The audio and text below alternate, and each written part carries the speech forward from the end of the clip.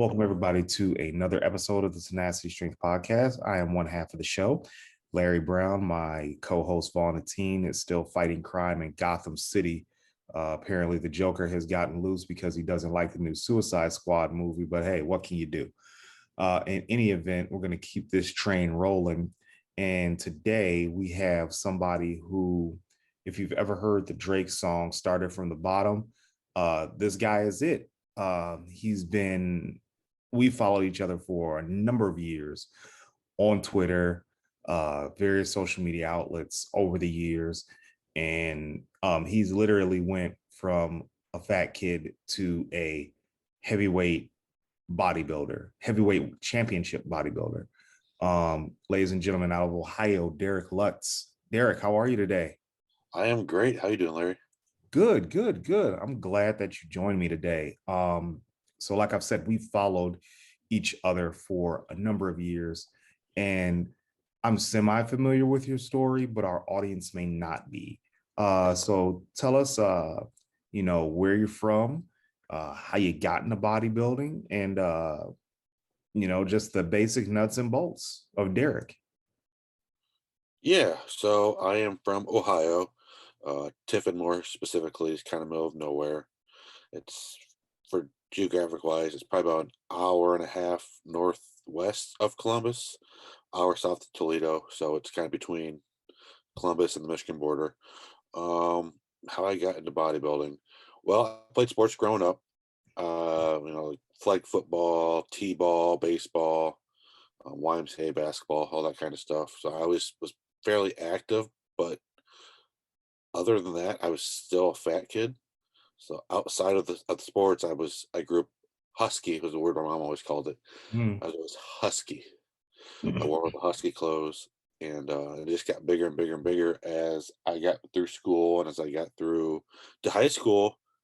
And then my first 2 days for high school, uh, I lost like probably 40 pounds over the 2 weeks of 2 days, like 30 or 40 pounds. A lot of it was fluid weight, but Mhm. I ended up losing quite a bit just because I wasn't used to the activity, to the strenuous activity. And then I just, I was supposed to work out for football. I never really did. I was still lazy. But then there's something clicked between my junior and senior year to where my coach said, like, you have all the smarts to be a starting player, but you don't have the physical strength. So I started working out. And that's where I fell in love with weightlifting as far as that goes. Um, I started to eat everything under the sun. Um, I put on, I went from like 240 to like 300, and I think it was like 315 at my absolute heaviest before my senior year. And in that time, like, you're in high school, you start creatine, pre-workout powders, protein powders. Mhm. And I remember I found Animal Pump Oh, at okay. Okay. GOP. Yep. Yep. So on the can, it says, like, hey, check out the message board, check out the forum. So I went to the Animal Pack forum, which I believe is still up and running. That's where a lot of the OGs meet or met Mhm. from the animal days. And that's actually how I got into bodybuilding, was just through that, the actual sport of bodybuilding. But I still trained for like an athlete, like a football player. And then uh, about halfway through my senior year of football, I was kind of over it, over football, over like just want to be done with high school sports. I had the opportunity to play in college. I didn't love it enough to do it. I actually loved the weightlifting aspect more. And then those last 3 or 4 games, which are about 3 or 4 or 5 weeks of football, I actually started laying out a plan to like lose weight because I was walking around at 300, 315 Mm. at the age of 18. I'd been bullied my entire life. I'd been picked on my entire life. Never really given a chance for anything because of my weight. Borderline high blood pressure. I'm sure I was pre-diabetic at that time. Mhm. All the usual obesity type things. And then football got over, and that next Monday, I mean, looking back, it was a dramatic diet to jumped right into. But I started doing cardio every day, weight training 6 days a week. My diet went from everything and anything to a typical bro bodybuilding, like 6 ounces of chicken, 5 ounces of sweet potato, a few nuts, 5, 6, 7 times a day. And I dropped from 315 to, I think it was 180, somewhere in the low 180s between December and August. Oh, wow. And yeah, and then I moved off to college, yo-yoed up and down for years. Always knew I was going to compete someday, just didn't know when or where. And being a teenager, still, you're still kind of delusional where you're at with your physique. But graduated college, um, kind of jumped head into bodybuilding at that point. Now that I could focus more on that and less on college. And I think it was that winter. Yeah, so I really started bodybuilding probably in the summer of 2015 was when I really actually had a closer date in mind to actually compete. Hmm. So I've been bodybuilding going on actually quote unquote bodybuilding 7 or 8 years, but I've been working out for almost going on 11 now. But Now, isn't it funny how you say you weren't super focused on bodybuilding during your football days, but that's a common theme that I find with all of us, literally all of us.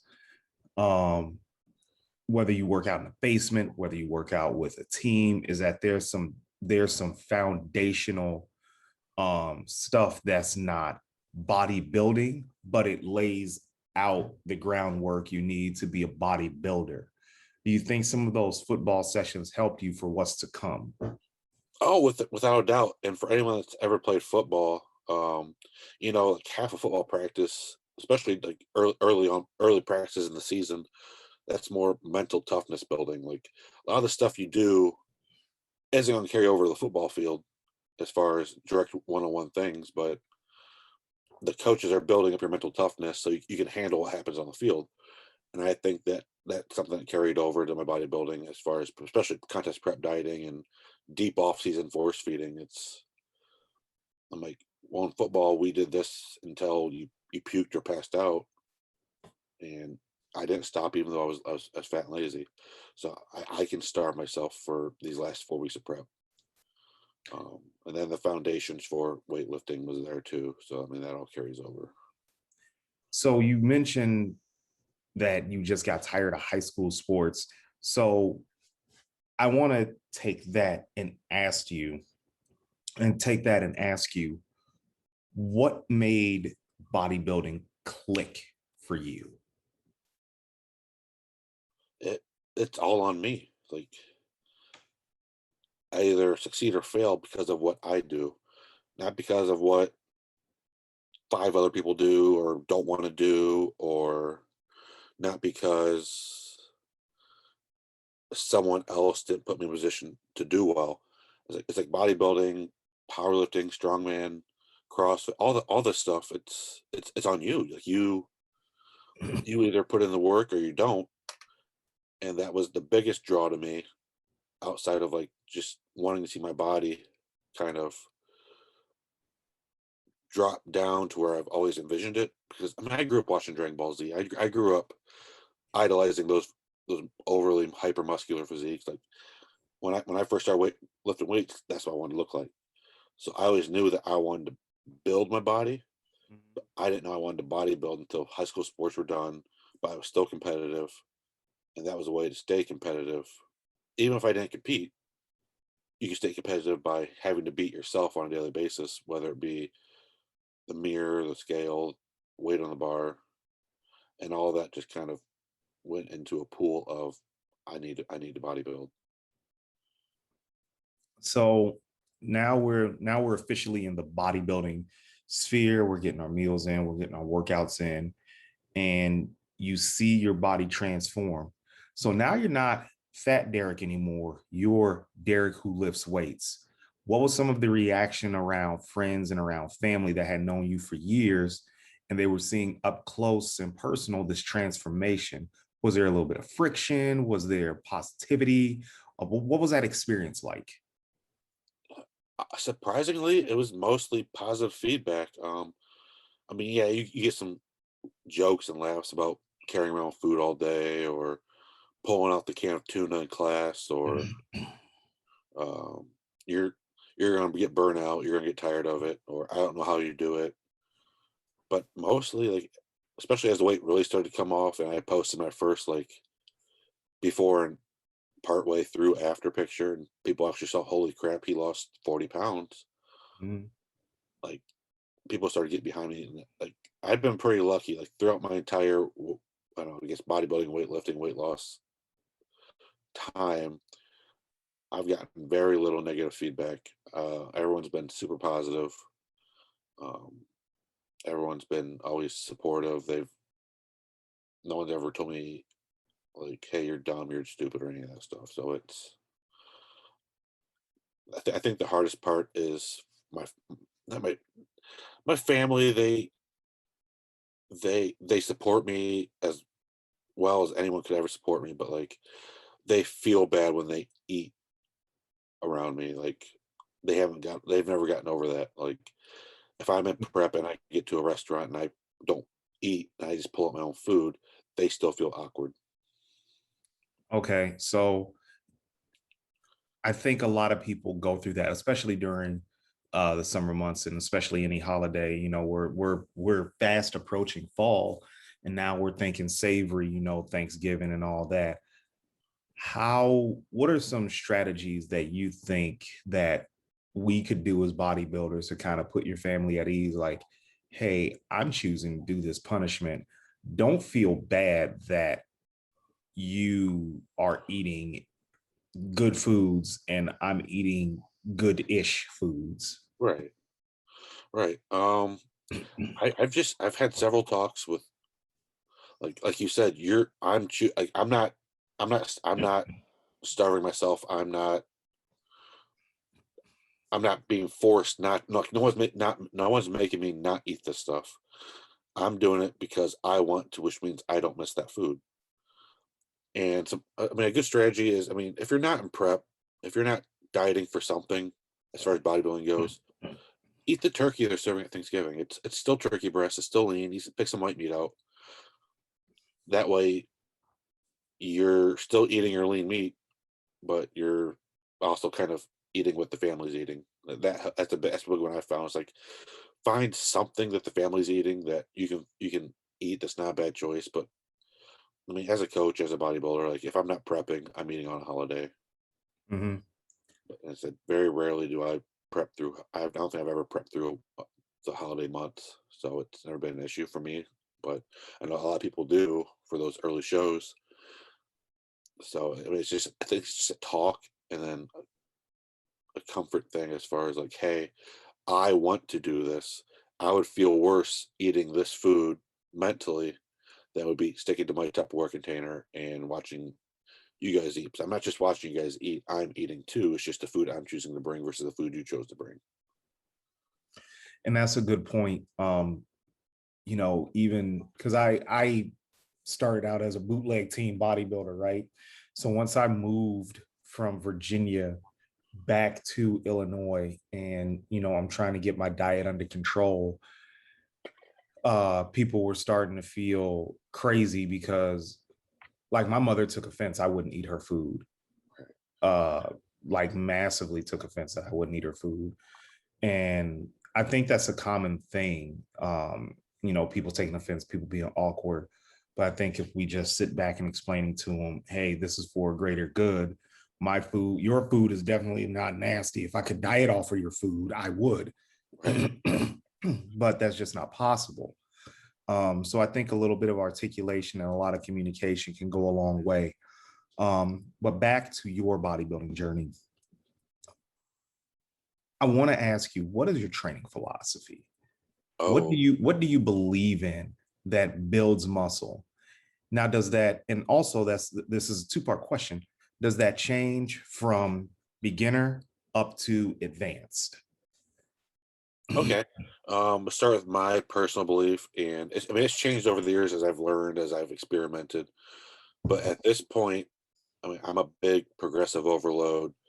I don't know, weight on the bar, reps, um, grinding out the reps, um, tension on the muscle. Like, get better at something every workout to the point where you can progress on it. So whether it's be 5 more pounds on the bar, or you get extra 2 reps, or your execution form is better, or you slowed your rep down, or you shorten your rest period. Like, every workout, progress and get better, and the body's got to adapt. I was a big volume trainer early on, and I mean, it worked. I mean, I put on size and muscle, but once I dropped down the frequency of training and increased my intensity of training and stopped doing as many sets and focused more on the quality of those sets, it's it's really taken off and skyrocketed these last 2 or 3, 4 years. I'm always trying to beat the logbook. I'm a logbook keeper. Um, and then as far as how that would change between beginner versus intermediate versus advanced, beginner, just stick to the basics. You want me the overload is going to be there because it's a new stimulus, but you're gonna you're gonna grow and get stronger basically no matter what you do at that point, as long as you're doing something. But learn the basics, learn the form, um, learn how to place the proper tension on the muscle you're training, and not just going there flinging weights. That's where I messed up as a beginner weightlifter, as I was just flinging weights around, bouncing the bar off my chest, flinging up curls, half squatting, all that stuff. And it took me a really long time to break out of that habit. And as a beginner weightlifter, you don't need these all-out death widowmaker sets to grow. Get the most out of the least. Train hard. Don't go into lollygag, but you're going to grow no matter what you do. So learn the form, learn that. So when you have to actually put a little more effort into thinking about how to progress, the backbone's there. And I do believe younger or newer trainees should have a little more volume because they don't know how to isolate the muscle quite yet. They don't know how to use just your quads in a leg press, or just your chest in a bench press. They don't know how to curl without their front delt getting involved. They can't do, a side raise without shrugging their entire shoulders. So it's like they need a little extra stimulus on the exercises in order to um, really hit that threshold. And then as you progress through intermediate and advanced, you can lower the volume, you're placing more proper tension on the muscle, and then get more into like lower volume, higher intensity type workouts. Was DC dog crap training kind of the precipice for you moving from volume training to a more progressive overload? Oh my gosh, yes. Dante has done more for me without actually doing anything for me than he will ever know.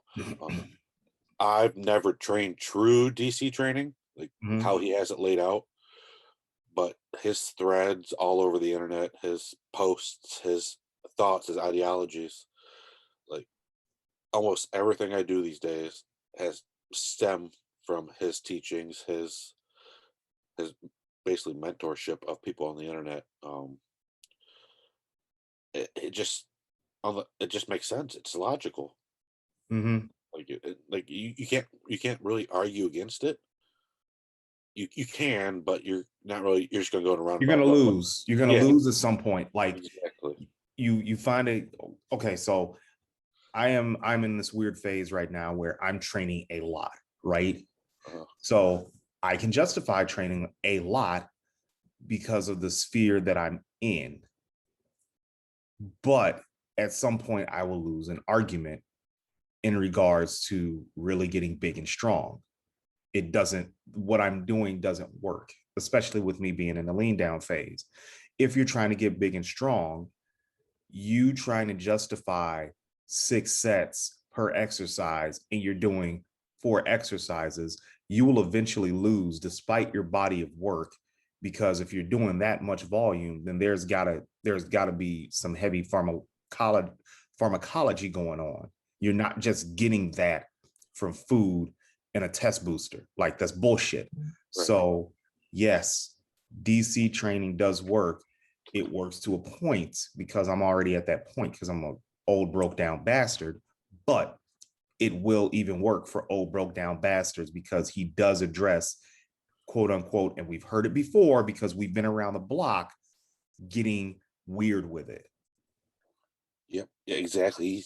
I actually just read that quote again last night. Someone was posting it. I might have been oh yeah. So it was someone on Instagram was talking about getting weird with it. And it's just like you said, for for the people who've been around the block, it's doing things that don't hurt your joints. For people who can't feel muscle groups, it's doing weird exercises that are going to hit the muscle that people would normally like scoff at the gym. Mm-hmm. And like you said, like there's always like Dante's always got a response to almost every issue with dog tip training. Like there's always something that you can fix to make it work for you or make the principles work for you. And I think so we live in a very a very dogmatic program uh type of industry right now, right? Right. One of the, besides, like, it used to be, and you know this because you came along like right as the explosion of the internet in regards to bodybuilding came along. It used to be, what cycle are you running? And it even, to that point, it still happens, but nowadays is, what program are you on? Mhm. And people want to do pure dog crap training, when pure anything of any program doesn't really work. So you have to take those principles, those core principles, and do like you've done, adapt them to you. If I Right. do pure broad dog crap training, I'm getting injured, period. No doubt about it. If you do, there's some things about pure dog crap training that you're like, I'm not too cool on. So now I want to get into this aspect of training age. How important is training age in bodybuilding? Meaning, you being in the gym, how long does that play a factor in your development? I think it's unless you're extremely lucky at a young training age and find that mentor, like bodybuilding's all trial and error. It's all guess and check. Like if you don't have that person taking you under your wing, then I mean, you get the internet now, so it helps a lot if Mm-hmm. you know where to look and you're not just reading the bros telling you to do the typical stuff. But like training age, like this is why everyone starts out first thing they go to the gym is go to the bench press and then they do some curls and then they leave. But as you learn and as your training age increases, well, that's not the most effective thing to do. Mm-hmm. You need to train your whole body. You need to train your backside harder than you train your front side because of posture reasons, or you need to actually train legs, or you need to not, like you said, not do 6 sets of 8 exercises in a 3-hour marathon workout because eventually that's not going to benefit you anymore because you're just not doing it right. You're not doing something that's going to benefit you in the long run. But as I don't want to say everyone, I want to speak in absolutes, but as most people get older in the gym, training age wise, the it seems like the more basic they get, they stop trying to find the magical, um, the magical. Sequence, all Yeah, that. yeah, Yeah. yeah. They realize, oh shoot, and you're seeing this on social media now. How all these higher training age guys on Instagram and girls on Instagram, they're all going back to the progressive overload. You know, even if they aren't doing true low volume, high intensity, they're still keeping a logbook. Like there's a lot of volume preachers out there that I mean, volume works. Research shows it works. There's physiques out there that show it works.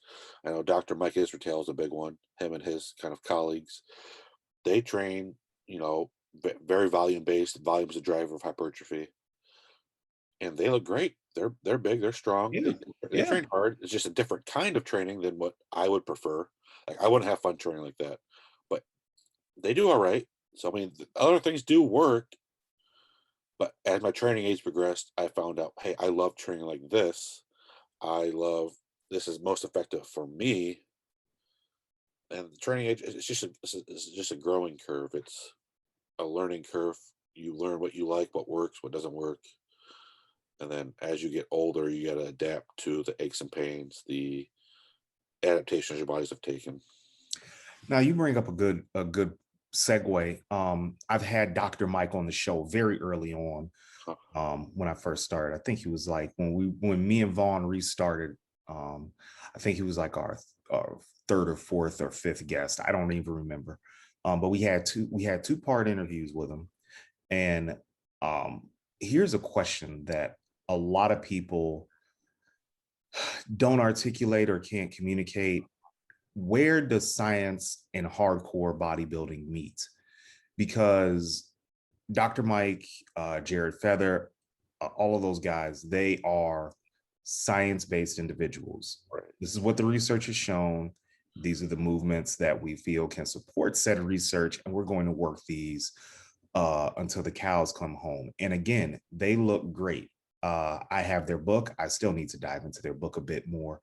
Um, but where does science and hardcore bodybuilding meet? Because uh, you know, you bounce that against what John Meadows says, what Dante Trudell says, what Dusty Hanshaw says.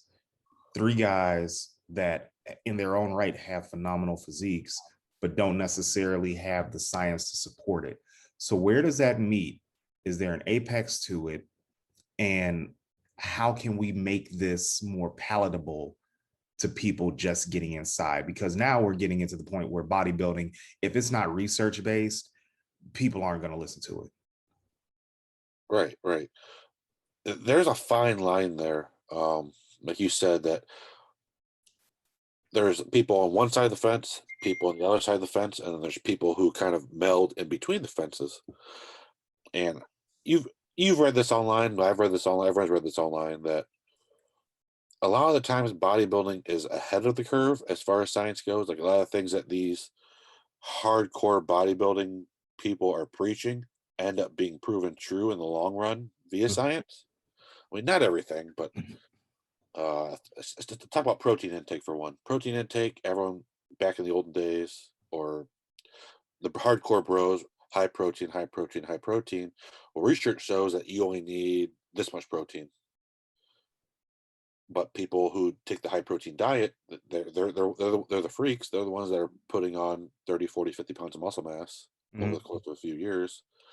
And a lot of these, a lot of the bodybuilding.com miscellaneous forum people who say you only need zero 0.8 grams of protein per body weight to Mhm. build muscle, they're sitting at 180 pounds. So it's like, but now there's been some research studies that come out that said like higher protein intakes do build more lean tissue mass than the lower protein counterparts. But like as far as finding that mesh between hardcore and science based, it's just it's what do you enjoy? Like it's to me, it's like yes, the research there it works. Dr. Mike looks great. Um, Jared Feather looks great. Charlie Jung looks great. Like they all look fantastic. But I would be bored to death training like they train. Not that it's not hard. It's just Mhm. not what I want to do. Now here's another question. Um, you mentioned that you wouldn't love training like that.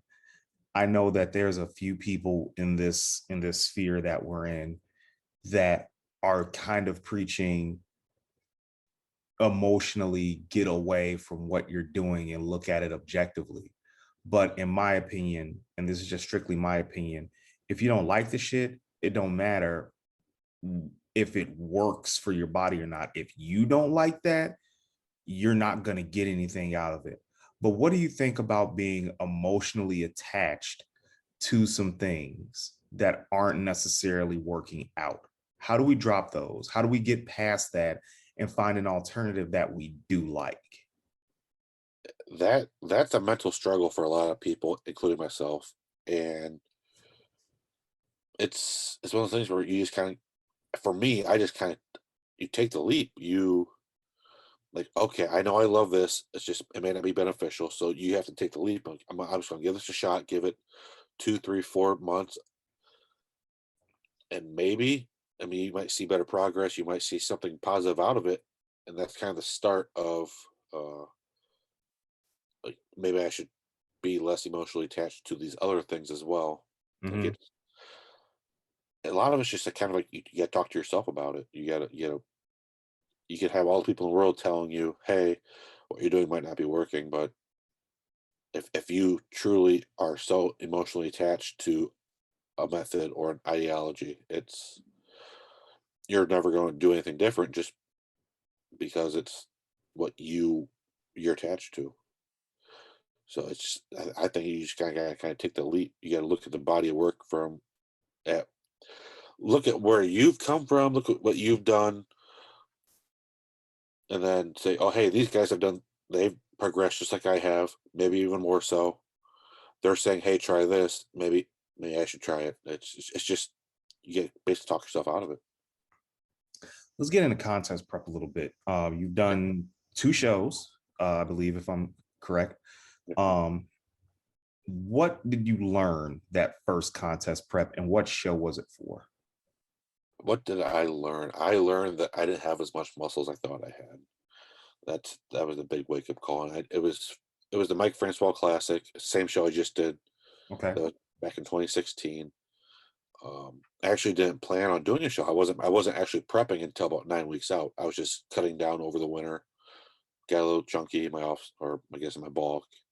Like, I'll diet down, and then as I'm dieting down, I'm still feeling pretty big. Like I still got decent muscle size, but I haven't really started to lose that baby fat yet. Hmm. And I remember I posted some pictures and on the muscular development forums and Ron Harris's daily pump pics thread. That's kind of where I hung out at. Hmm. And, Ron Harris, Mike Cox. I mean, all those guys I still talk to this day. I remember I posted some pictures and everyone's like, "Oh, how far out are you?" I'm like, What are you talking about?" They're like, "Well, what show are you doing?" I'm like, I'm not doing a show. I'm just dieting down." And I know I remember Big Mike. He came on there and goes, "Dude, there's like 2 or 3 shows coming up in Ohio. Look into them. You need to compete." I'm like, I don't know. Like, I've always wanted to compete, but I don't really know what I'm doing as far as like the intricacies of contest prep. Hmm. Excuse me. So I Googled the shows, and there was the Mike Francois, which was like 9 weeks away. Yeah. There was, yeah, there's a Julie Palmer, which was I think 11 weeks away at that point. And I think there was like a Northern Kentucky show a few weeks after that. So there's like 3 shows just enough spread enough apart to where I could find one fits my time frame. Hmm. I was like, huh. It started clicking in my head like maybe I should really look into it. I have these guys who know what they're talking about, who have been there, that have said, "Hey, do one." I mean, not because I was some big, huge, freaky bodybuilder, but just because I was getting lean enough. Why not? Why not go for it? So um, back then, I always told myself if I ever competed, I was going to work with Matt Porter. Rest in Okay. peace.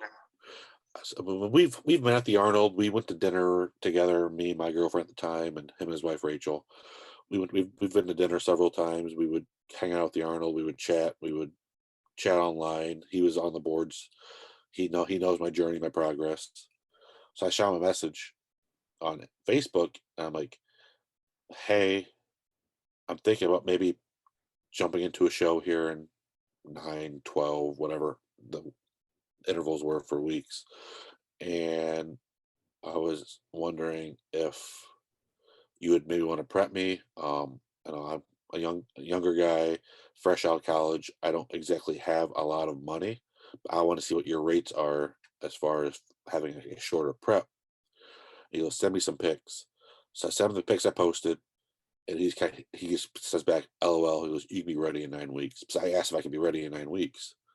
And he stepped back, but I think it was a bunch of laughing emojis and big LOL. And it was like, "You'll be ready in 9 weeks." I'm like, "All right. So what are your rates? Is there a payment plan option I could do?" Like I'm like money's tight, and I'll never get this phrase. He goes, "Derek," he goes, "I might live in Vegas now, but I am not a betting man. But I will bet on you." He goes, "I will prep you for the show, and if you win your class, you'll pay me my fee. however long it takes you to pay over the course of however long. And then, but if you lose fair and square, the prep's on me. So you're in a win-win here. Oh. Yeah, because you win your class. Yes, you pay your fee, but you get to win your class. If you don't win your class, you get a free prep. And I was sold. So we started that. He sent me a questionnaire that day. I'm like, I can handle that. And so I worked with Matt. It was about 9 weeks. And looking back at that time, I was probably a little behind for 9 weeks, but he knew that, I mean, being a little extreme as far as cardio and diet goes, we could get me there pretty easily. And For it was pretty cool. now, for those that have very short memory, Matt Porter, again, rest in peace, was a contest prep coach slash bodybuilder, who had amazing conditioning and brought a lot of people in amazing conditioning. His knowledge, in my opinion, he's one of the few unparalleled coaches as far as knowledge goes. Because you think you know something, and Matt knows about 2 to 3 times more than you on that particular subject. Like, and he was a Mortal Kombat fan, big Mortal Kombat fan, and we've had conversations about video games and meeting up and playing video games. So you were in a win-win situation with Matt Porter. Tell us how that ended up on your end. You said I believe you won the show, right? Or won your class. Nope. I actually finished 5th in my open heavyweight class. Oh, okay. Yeah, I was actually, I was just way undersized. I weighed in the morning. I weighed in at check-in that night, Mm-hmm. the night before the show. I think it was like 215. Just we didn't really keep track of evening weights. We just kind of hopped in where I was going to hop in at. So I was 215 in the evening, and then we cut water right before check-in. All the usual night before stuff. I Mm-hmm. woke up at 2:01 the morning of the show. Okay. So I mean, heavyweight cutoffs 198 and a quarter. So like I was just barely a heavyweight the morning of the show. And I'm 5'11", so like that's a pretty stringy looking bodybuilder. But I was shredded. I was peeled, which was funny considering the only time I had abs the entire prep was the morning of the show. Oh, okay. Because of my loose skin, because of water retention, because of just whatever reason, my abs were just blurry. They always just kind of washed over Mm-hmm. because of all the fat cells filled with water. So I woke up the morning of the show, sent Matt pictures and stuff, and he was like, "Derek, what the fuck?" I'm like, "What, dude?" He's like, "Where those abs come from?" I'm like, "I don't know, man. You did it." And I said it was one of the better heavyweight classes they've said they've ever had there at the time. Two of the guys are now pro. The guy that actually won the class and the overall, he was one spot out from winning the pro card North Americans a few weeks after. So basically, 2.5 pros out of the top 5. Another guy has won a few overalls since then. Mm-hmm. So it's been it was a cool class to see myself next to some really good bodybuilders, but it made me look like it. I've never lifted weight before, but I was the hardest guy in the show. The judges told me I was by far the most shredded guy there. Period. I did get third in the novice. Could have been maybe second, but the guy that won first was quite a bit thicker than me because he's pretty short. But um, But now you're but now you went back to the Francois and got second in the heavyweights. first, First. Okay. Golly, that shows you how bad I am with memory. You got first in the heavyweights. You miss out on the overall. Am I correct?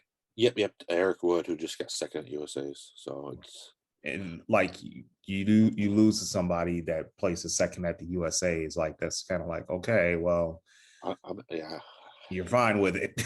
I was I was I was just happy I got to like stand next to someone that level. I mean, he was the nicest guy when I talked to him when we met, and it was just kind of like, I mean, the overall was a pretty good overall for being a local show Hmm. because another guy in the overall, Jaden, he just got fourth at USA's in Mm. the middleweight class. He won the light heavyweights at my show, but and then another guy that was in the, I mean, I don't know what his history is or what he's done, but like he was, for being a local show, I mean, he was in pretty good shape and had decent shape to him, and I think he was an older guy. So like, it was a nice overall class to see myself next to some really good bodybuilders.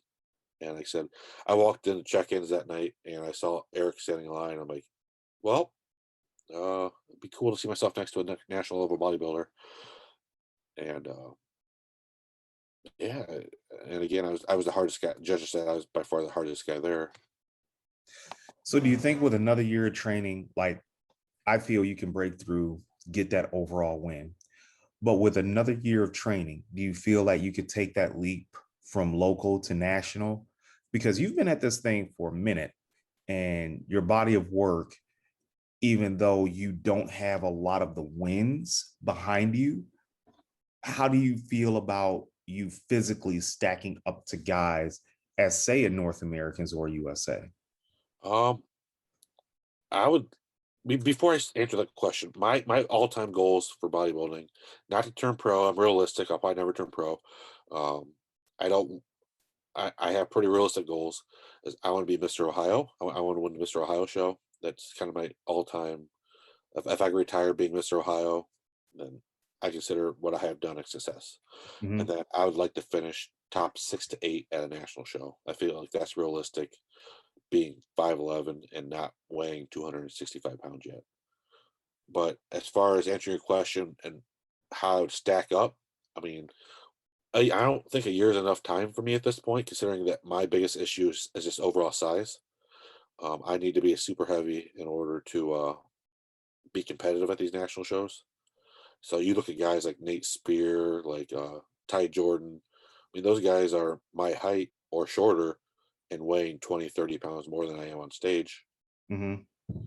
And so I know that I need a solid 2+ year off season to really get that extra thickness so I don't look as stringy next to those guys. Mhm. But I feel like I have a decent sized frame. Like I'm a bigger guy. My body can hold quite a bit of weight comfortably. Like when I weighed 315 as a fat kid, I was comfortable. I got to 296, 297 last off season. I was pretty comfortable outside of just kind of like the food bloat. It's like I know I can hold a decent amount of size in my frame. It's just a matter of the time and if it happens genetically. Like, I um, think I read something yesterday and I screenshot it and saved it. It was off of Matt Jansen's IG feed. And I want you to keep this in mind because I've known you for a long time and I've seen you just progress over the years into now this heavyweight bodybuilder. Um, you're only one off season away from really making a name for yourself. Now, however long that off season is, that's totally up to you. But you're literally just one away. So I tell you this because I think you have a good frame to do very well on the national level. I don't think you're giving yourself a lot of credit.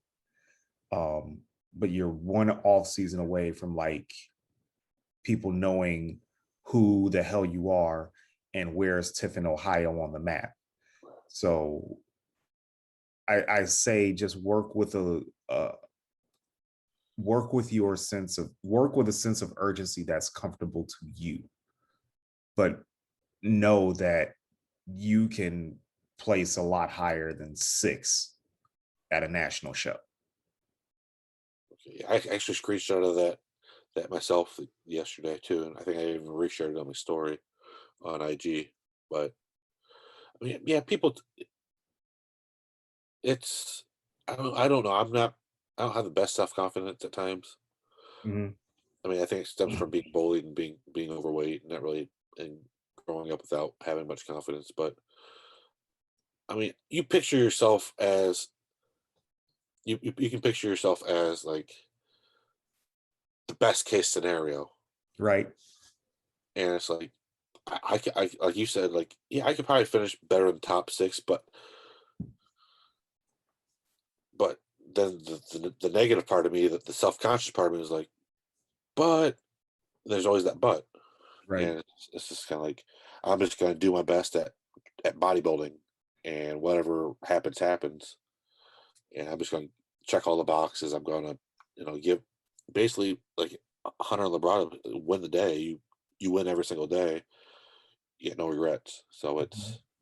I'm just going to keep doing that. Like you said, you're one off season away, and I think I reposted my story and said this is the one. So I want to take as long as I need this off season to make that leap, because I don't have, as far as competing goes, I don't have a lot of years left, because I don't want to do this past my mid 30s. Mhm. I don't want to push the gas any harder past my mid 30s than I really have to. So like, I'm 28, gonna be 29 in November, so I have 2, 7, 8, maybe 9 really good years left of really trying to push things. So I'm going to tell you, as a 40, as soon to be a 42-year-old man, you will slide that ruler. You're going to.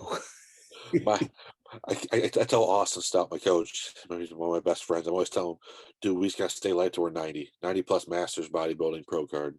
I look, I say, I always tell people, I joke about it, but it's with a semi-serious tone.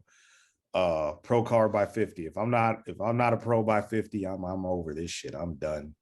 I tell him, just stay alive another 30 years, man. You have like one other bodybuilder to compete against in the 80 plus class, Probably if if that. that. Yeah, If so that. you'll get your pro card. You just gotta stay alive long enough to do it. Exactly. Exactly.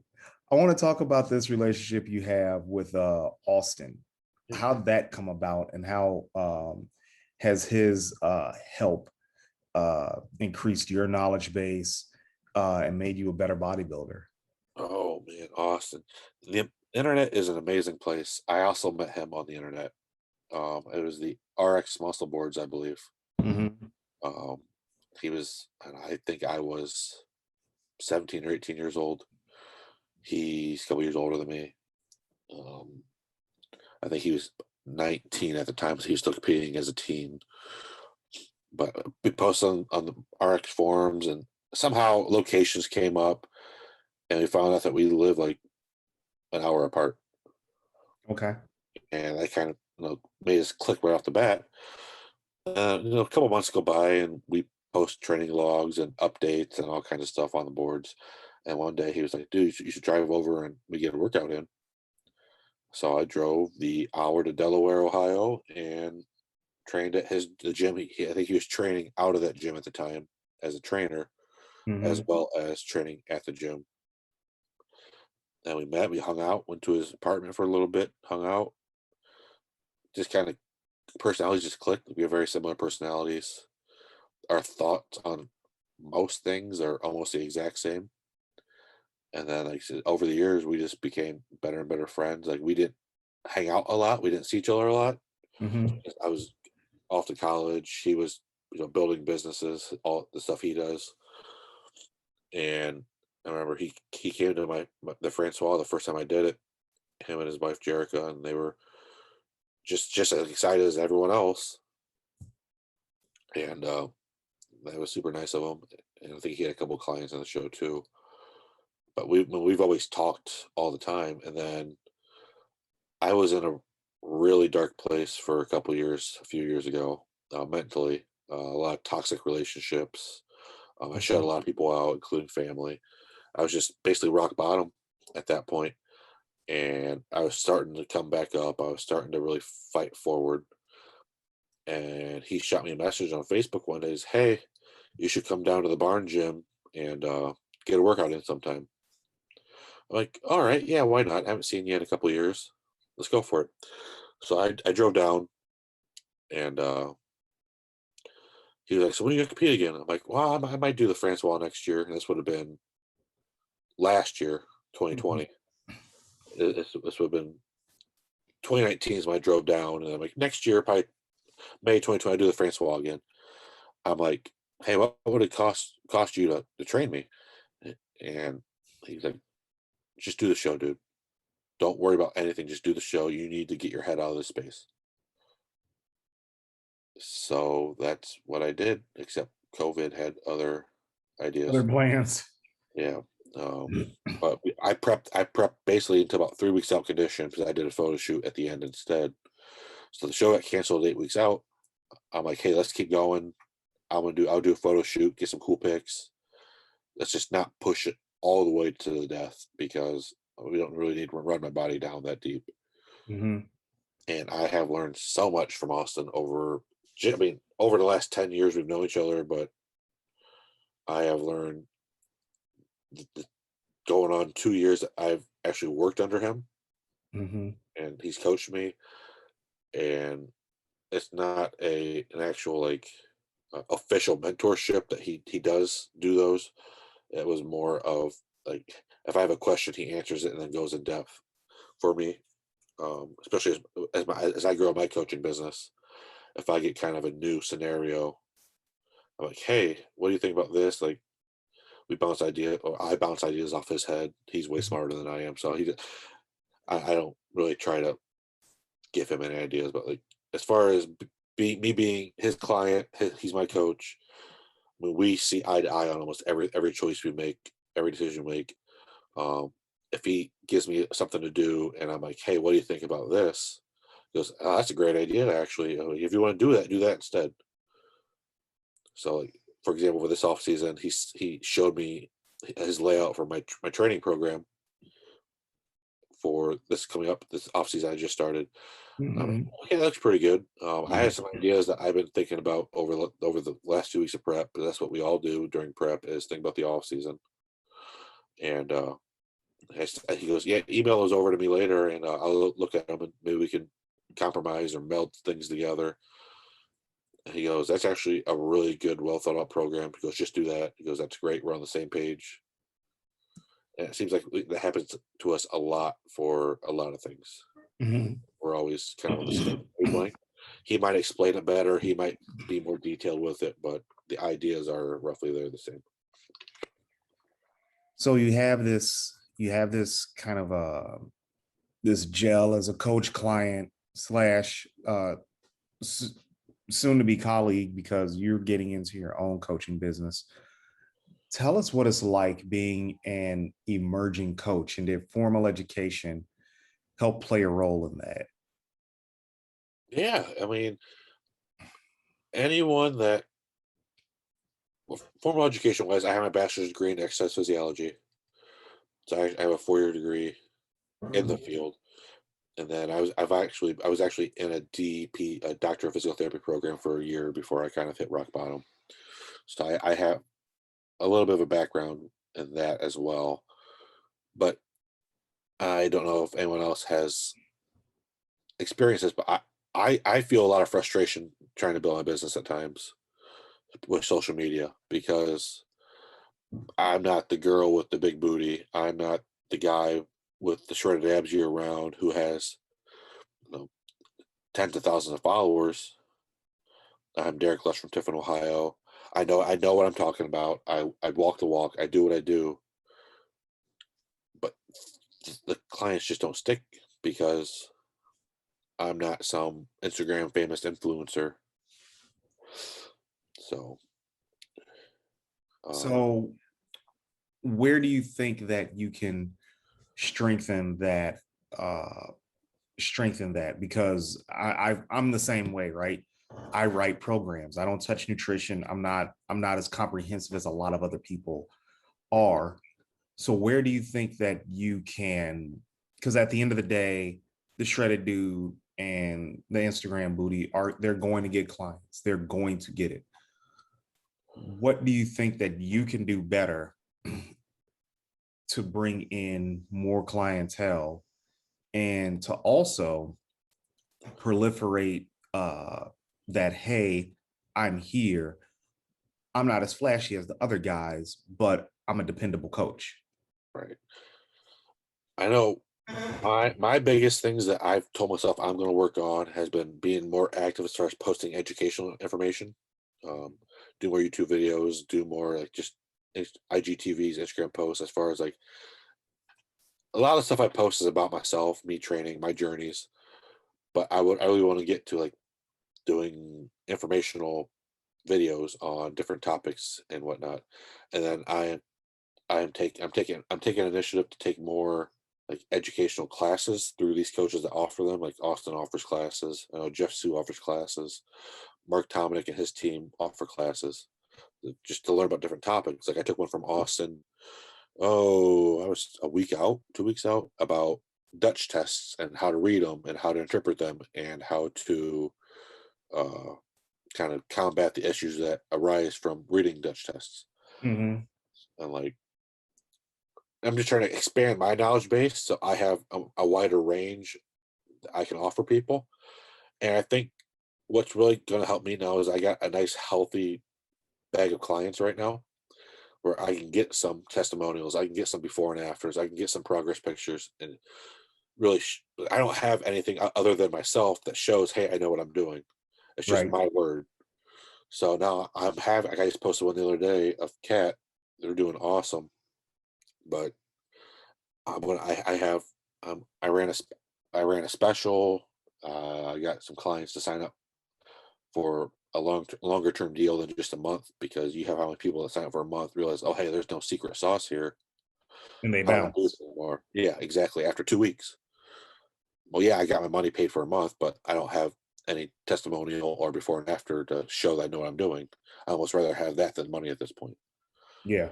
So I got quite a few clients to sign up longer term than just a month, and they're all killing. I just post on Twitter like all my clients are killing it lately, and I can't wait to post some more before and afters. And I think that's really going to help show people that hey, Derek can do. He actually knows what he's talking about. He's just not some bodybuilder with decent genetics that can make himself change. He can help other people with his knowledge base. What do you think is the common misconception of coaching now that you're in that realm? What were some of the things that you thought coaching was that ended up being absolutely counter to what it actually is? Oh man, the biggest one. Um, I used to think coaching. I used to think coaching is just people check. I mean, you get sent out the plan. They check in weekly, ask questions as they need, and they're on their way with their plan. But there is a lot of counseling that goes into coaching, as far as like people. A lot of clients are always, how do I word this? They they like reassurance, but not too much reassurance. Like there's a fine line. There's a lot of mental mentalness that goes into coaching outside of just, hey, here's your training program, here's a diet, here's Mm-hmm. the answer to your questions. Um, there's a lot of critical thinking that goes into it. Like one client I have is a recover. She's a recovered eating disorder, um, and I gave her initial diet, which was a decent amount of food, but still enough to where she should be in a deficit. And she just wasn't used to eating 4 or 5 meals a day, and then it was triggering her ED a bit Mm-hmm. at the point where she was having bad thoughts. But she even says like, "Hey, I found myself having to stuff my face at times." So what we do, we gave her less meal frequency, bigger meals, so they were more spread out. You had to critically think through that. Like that wasn't an issue of her just not losing weight. That was a mental issue we had to work around. That was a that's been what I found to be the most difficult challenge as far as coaching goes, is mental blocks for people, the whole motivation side of things. Um, it's just not all diet and training. There's other things that go into it. What are some of the steps if so we're just going to say if people want to get into coaching? I know this is a very topic, but it's something I try to ask every coach that comes on here. What are the steps that are needed to become a coach? Um, you need to be willing to learn and realize that your way might not be the best way, and you need to have an open mind. That's why I found like there's always something you can be learning. You don't want to give up on being better. You don't want to say, "Hey, I'm smart enough. time to be a coach. Like, no, you always got to be growing in some form or fashion, and then you may need to have the knowledge base. You need to be you need to be able to motivate people to do the work. You can't just be. I mean, after a while, I'm sure you can be, but as far as a newer coach getting into it, like you need to somehow be able to bring attention to you, as far as being outgoing or more outspoken. Um, Interesting, because I yeah, know a lot of people want to get into coaching, but they feel like they have to have a lot of credentials. Like there are some credentials needed, but also at the same time, the blood, sweat, and tears that goes into your craft, it counts, right. you know.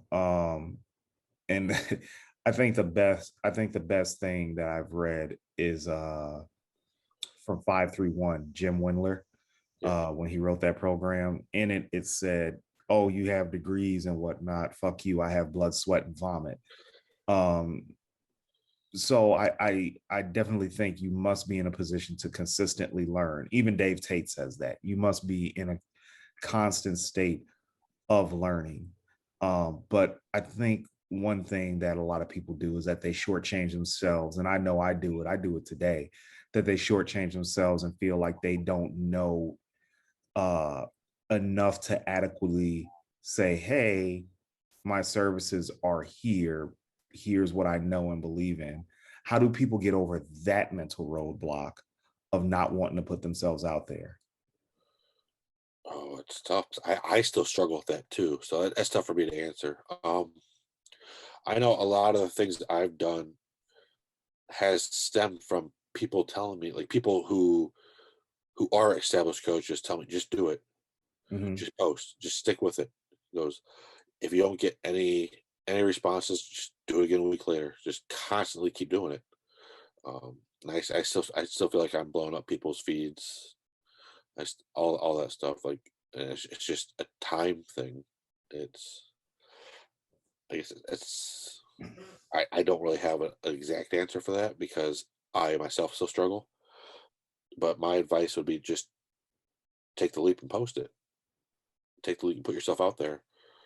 I mean, the worst that can happen is people ignore it. I mean, Yeah. then nothing changes for you. Then at that point, you're still doing what you're doing. And the best case scenario is you get a bite. You get one bite, and you use that one bite and give them everything you have, and maybe that will lead to more bites, which is what's happening for me right now. So there is light, but you have to take a leap. You have to put in a little bit of work to get to that point. It's excellent. Excellent. So we're coming up towards the end of our video. If people, or interview rather, if people don't realize that we have full-time jobs that we have to do. Right. So we're going to get into a quick little rapid fire round. I'm just going to mention something, and I want you to give me the first gut feeling or the first gut reaction that you have. Terrible things. Let's do it. All right. John Cena. You can't see them. Okay. That's fair. Mike Francois Classic. Oh, fantastic show. Was fantastic. Well ran show. Nick Walker. Oh, freak. Austin Stout. Oh, genius. Smartest guy you'll ever meet. Contest Prep. Oh, suck. The Barn Gym. Oh, hardcore. And probably the most fun you'll ever have at the same time. Living in Ohio is. Oh, the best and the worst. Okay. Let me expand on that for a minute. Yeah, please go ahead. Okay.